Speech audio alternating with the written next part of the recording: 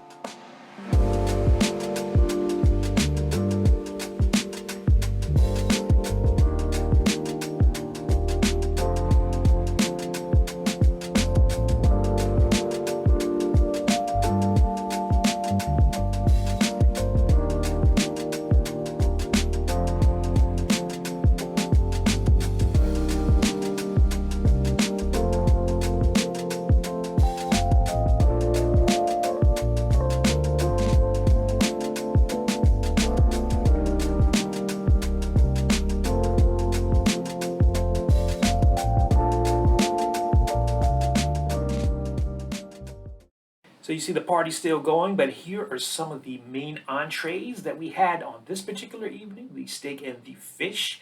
And let's start with the miso glazed chili and sea bass, and it's served with bok choy, ginger, and shallots, and fantastically flavored sea bass if you are a fan of sea bass. Certainly flaky and good. Delicious, actually, if you're a fan of sea bass. We're going to talk about sides in a minute, but here is the New York strip, the 16 ounce. This is a very, very good steak. I ordinarily get ribeyes, but on this particular occasion and a couple more that you will see coming up, I did try different steaks just for some variety to showcase. But this happens to be the New York strip, and it was actually delicious. Here are the sides. You can't go wrong with tater tots, and these are very fancy tater tots, and they're delicious. Actually, they're really good. You can't really complain about tater tots, honestly. From the kind you cook at home to the kind you get in a fancy restaurant. And here is their mac and cheese. Of course, if you are a mac and cheese lover of baked mac and cheese, especially with the really big amount of cheese on top.